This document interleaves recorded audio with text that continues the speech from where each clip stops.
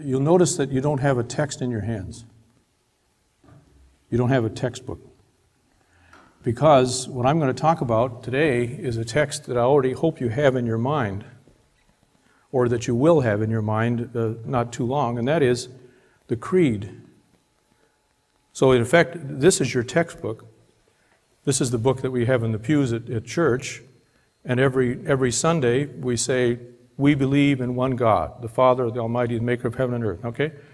Creo en un solo Dios, Padre Todopoderoso, Creador del cielo y de la tierra. And I hope, the idea of saying that every week in, week out, year in, year out, is so that we learn it by heart. We don't need to look in a book. We've got it right here. Let me give you an example of why that can be real important. I don't know if any of you have heard about the German, he was a Protestant minister, very famous opponent of Adolf Hitler during World War II. In fact, he was executed by Hitler right at the end of the war for his resistance to Hitler. And he was a famous German theologian, a student of the teaching of the Christianity. He was in the United States for a while, very well known here actually too. But he went back to Germany. When he could have stayed here, he could have saved himself, and he went back to Germany precisely to work against Hitler. And he was captured and he was executed, as I say. But he was in prison for a good while, a good long time. And what he wrote in his letters, he wrote this, there's a book called His Letters and Papers from Prison. And one of the things he talks about to his friend in his letter is when he's there in his prison cell, and here's a man that's used to having books around all the time, reading and studying and things. He was deprived of all that. I can't recall if he even had the scriptures. He may have had the scriptures at most, but what he says is what really got his mind activated was all the hymns that he remembered. Because the German Lutherans are famous for their hymns, their beautiful hymns, and he knew that all his life. So when he was there in the prison cell by himself, there he had all this, you might say, this library of hymns, that all these beautiful images and everything that lifted his heart up.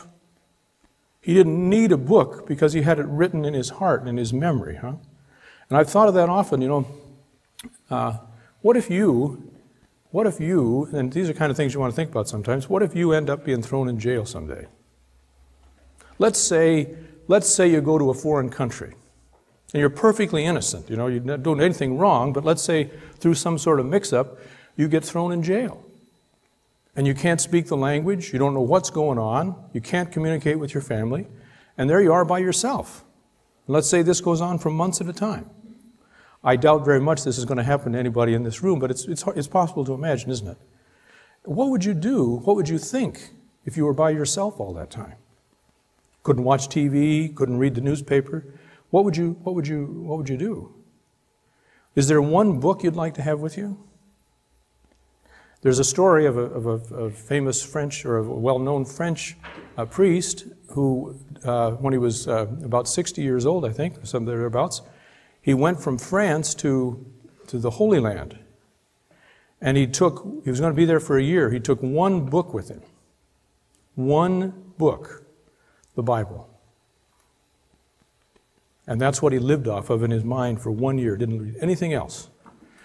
I like that because when we're all by ourselves, that's when the whole question of our relationship with God comes right to the fore.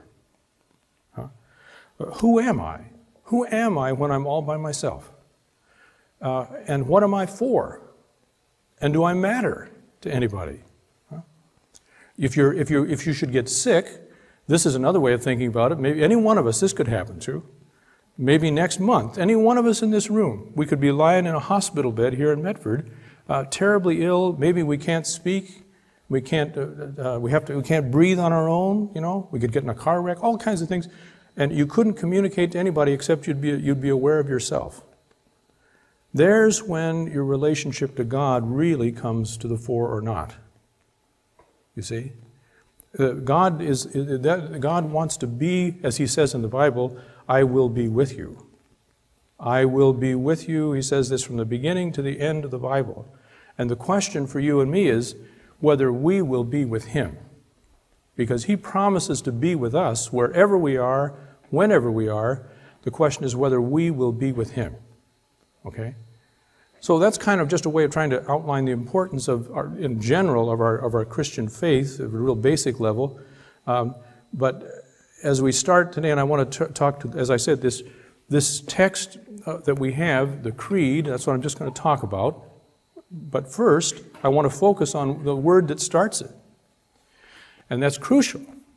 And we say, in Latin, the word is credo. I don't know if have you heard that word credo before? Sometimes we use that in English. Somebody has a certain credo.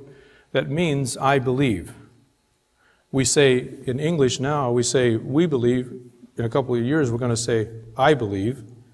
In Spanish, we say yo confieso. Pardon me, yo creo, ¿verdad? Creo en un solo Dios, okay? Now there's the word we want to stop with. This is the word right at the beginning, and we want to just stop right there for a second and see how important it is to believe. What does it mean to believe?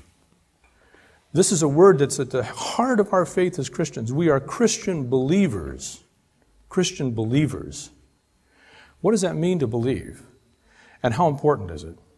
Well, you know where we have the importance of belief shown to us in our regular life all the time is in court. Let's say that there's a body found in the house across the street. There's a body, somebody's been killed, blood all over the floor. And let's say there are two people in there at the time of as far as we can tell when this person was killed. You and I are out here. We're over here across the street. We weren't in the room. We don't know what happened. We don't know with our own eyes what happened, right?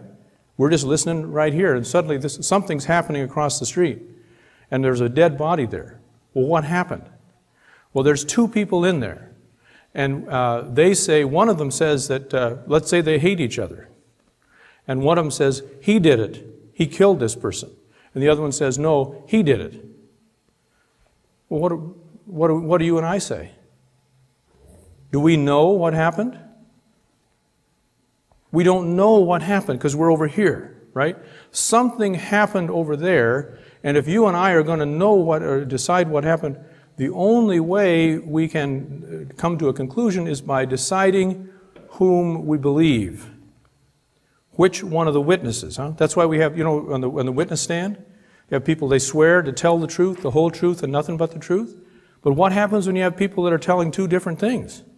That's why we have a jury, isn't it? You know what the jury's role is? Is to decide who they believe. And that's kind of important to us, you and me, because if we didn't do that, you could go and kill somebody and just walk away from it, and there'd be no problem. And therefore, you and I would be in greater danger. But we have a system of dealing with this very great danger to us of violence and stuff, but it's based on believing. On believing. That's kind of now the key thing here, let me just point out to you, the key thing here is the witnesses. The witnesses to what happened. We're over here, we're not there. There's people that were there, and they tell us what happened, and we have to decide who we believe. So we have all this big examination and trials, huh? Now let's think of it, that's a kind of a general question, but what about this, more personally? What if you, as you get older now, let's say I'm a young man or something, and I become very attracted to a young woman. And so we go together, and at some point she says, or I say to her, I love you. And she says to me, I love you. What's the first thing that might occur to you when you hear that? Can I believe this person?